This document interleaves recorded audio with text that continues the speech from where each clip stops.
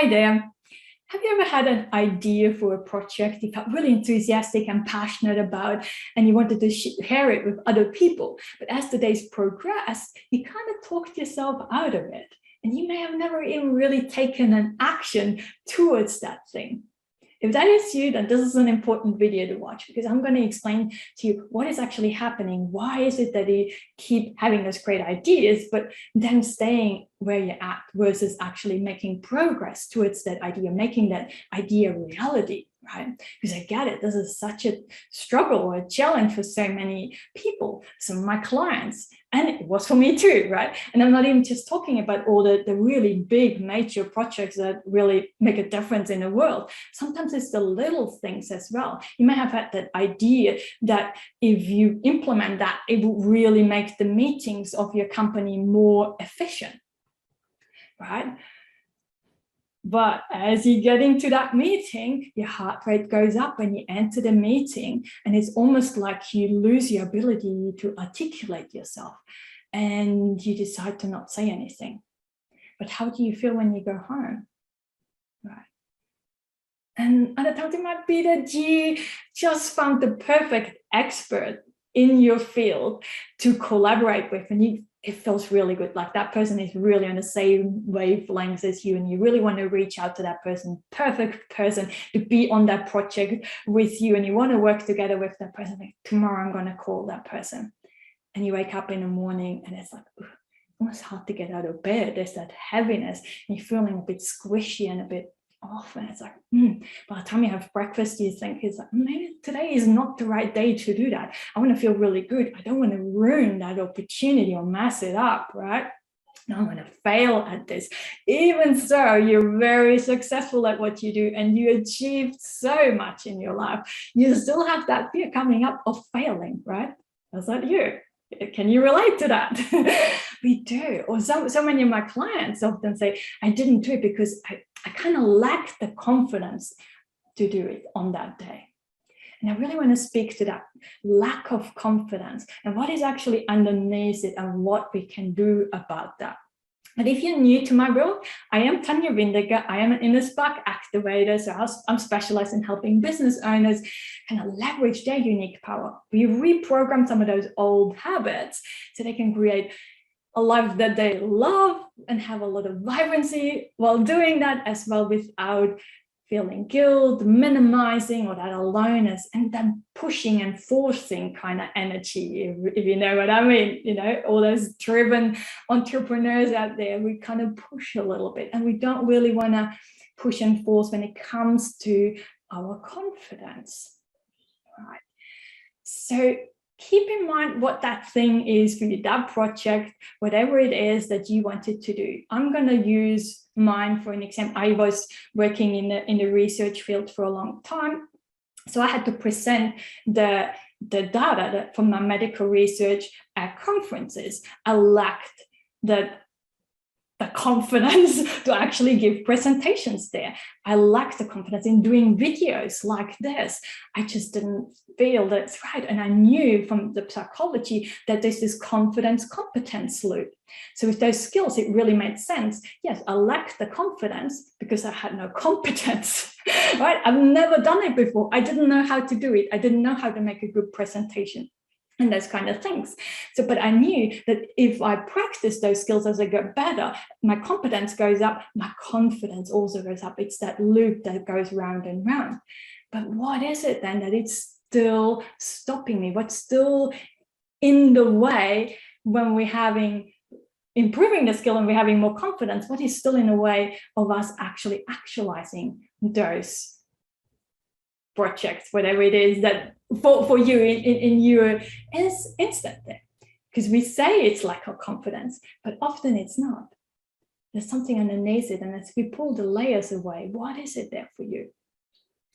So what I noticed that the most common ones for my clients, and some of mine as well, is that there's that fear of being seen as a fool or making a mistake, that fear of not getting it right, that fear of being seen as a beginner, right? That's a big one. So there's usually a lot of fears underneath it. And what that really is, that fear we don't want to let that sit in a driver's seat. We want to see this fear as a part of us. And it's that part that actually has a protective role. It wants to keep you safe, in the known, where you're at right now. This is safe, this is predictable. You going out working on that new project, we don't know whether this is going to work out or not. This could be a full flop. It might not work, you know, but staying here is safe. So that part of you that comes up with all that fears, acknowledge that this is you, a part that's trying to keep you safe, right? We don't want to beat up on ourselves for that. It's just natural to have, and for most of us it comes from the childhood trauma, but and it's just been there. We're not really fully consciously aware of that. So we really want to work on looking at that. You know, there's some things that we can do. We want to activate that inner compass and get really in tune with our body and its needs and its desires, so we can learn to recognize those very early shifts. As, oh, here's that fear again, whatever it is. If we can feel that little bit of an irritation coming up, to get so in tune with that. Did you gain some level of control over this, right? Like I always say, we want to work on activating the inner resourcefulness and that radical self-awareness, so we can appoint ourselves as the CEO of our inner world, right? So we have that kind of control. And by the way, this is all part of my one-on-one program that I work with my clients. We go through all of that and a lot more. But the more we are in tune with our body and recognize those early shifts, we can then process them. Okay, we can process them and do something about this. Because let me ask you, if you take your project or your idea, for example, and what does it feel like in your body if I'd ask you to just go all in right now? Just in the imaginary world, just think, I'm going to go all in, I'm going to do it. What comes up for you? If we're curious, write that down. What is that thing that comes up for you?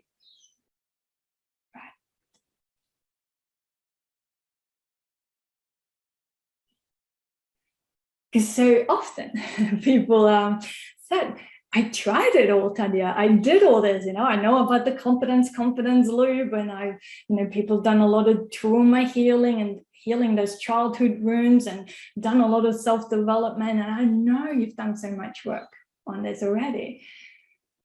But often what happens is we override whatever you've just written down on this piece of paper, right? Whatever that thing was that was coming up for you, whether this was a fear of being seen as a beginner, like that perhaps was for me, we try to override this and just keep pushing, and it doesn't work then, because then we wake up and we're feeling like, oh, I can't do this, and we freeze up and we lose our words because we're trying to override it instead of processing it. Okay, so I really want you to understand the difference there. And I want to also ask you, how fed up are you with that on a scale of 1 to 10, right? Are you feeling like, oh, okay, I'm okay with that, I'll just keep going? Or is it a 10? It's like, no, I can't deal with this anymore, right? Like it was for me. It's like I knew I had a big vision. I had a big dream that I wanted to make true, make it my reality. And I knew I had to look at this, right?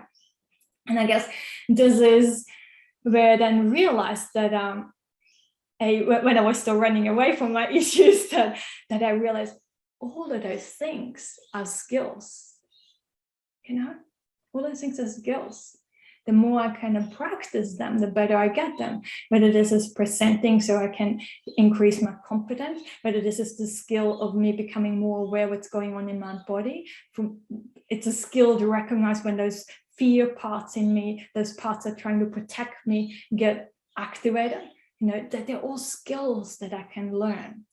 And I guess what is unique about working with me is that I have a lived experience of that, and I've spent a couple of decades working in medical research, so I understand neuroscience very well. And I also am very passionate about this radical self-awareness. So I have this magical blend of the neuroscience and radical self-awareness that I use in all of my approaches to get people to have those inner shifts and move out of that, so they can actually take actions towards their big dreams. So if this speaks to you, then please reach out to me. And as always, in the meantime, I'm sending you lots and lots of love and rainbows to brighten up the tough times just a little. See ya. Bye.